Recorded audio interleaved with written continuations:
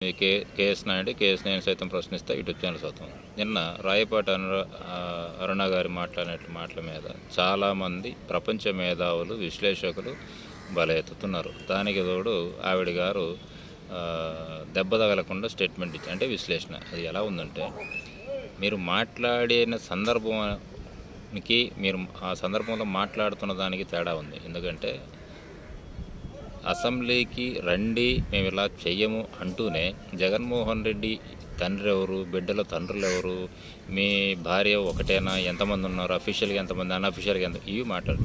నేనేమంటానంటే అలా మాట్లాడకుండా రఘురామకృష్ణరాజు గారు ఎలా మాట్లాడారు, అంతకుముందు ఆయన జగన్మోహన్ రెడ్డి మీద ఎలా విరుచుకుపడ్డాడో అందరికీ తెలుసు, భారతదేశం మొత్తం తెలుసు. ఓకే, అయినా కూడా స్పీకర్గా డిప్యూటీ స్పీకర్గా వచ్చిన తర్వాత ఆయన ఎంత హుందాగా మాట్లాడాడు. అసెంబ్లీకి రండి, ప్రజా సమస్యల మీద ప్రశ్నించండి, మీ నియోజకవర్గంలో కానీ లేకపోతే రాష్ట్రం మొత్తం మీద ప్రశ్నించండి, ఆ హక్కు మీకు ఉంటుంది, మీకు కూడా సమయం కేటాయిస్తాము అని అన్నాడు. ఇది బాధ్యతాయుతమైనటువంటి స్టేట్మెంట్. కానీ మీరు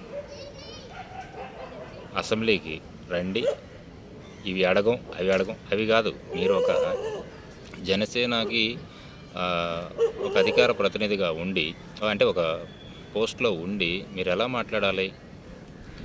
జగన్మోహన్ రెడ్డి అవన్నీ వదిలేయి మీరు అసెంబ్లీకి రండి, మీ నియోజకవర్గంలో ఉన్న సమస్యల మీద పోరాడండి, మీకు సమయం ఇస్తాము అని చెప్పి గౌరవప్రదంగా మాట్లాడాలి. కానీ మీరేం మాట్లాడారు? మీ తండ్రి ఎవరో మేము అడగం అంటే, వస్తే అడగరు, రాకపోతే అడుగుతారా? ఇది కాదు కదా. ఇలా చేసిన దానికే కదా వైసీపీ ప్రభుత్వంలో కొంతమంది సింపథైజర్స్ చేసినటువంటి ఘనకార్యానికే కదా ఇప్పుడు వైసీపీకి ఇదంతా మోస్తుంది. మరి ఇదే పని మీ సింపథైజర్స్ అలానే చేసి అధికార ప్రతినిధులుగా ఉన్నటువంటి మీరు ఇలా చేస్తే ఎంతవరకు కరెక్టు?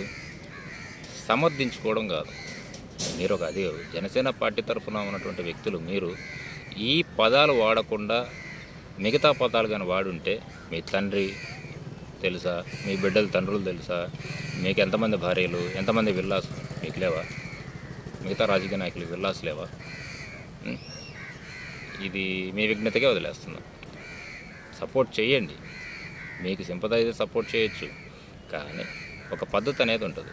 పద్ధతి తప్పి ఈ పదాలు వాడడం కరెక్ట్ కాదు. ముందు ఏ సందర్భంలో మాట్లాడారు, వెనక ఏ సందర్భంలో మాట్లాడారు అని కవర్ చేసుకోవడం కాదు, వాస్తవం అది. మీరు మాట్లాడిన ఇంటెన్షన్ ఏదైనా అంత గ్రహించలేనటువంటి వ్యక్తులు అయితే ఎవరు లేరు. కాబట్టి మీ విజ్ఞతకే వదిలేస్తున్నాం. Thank you.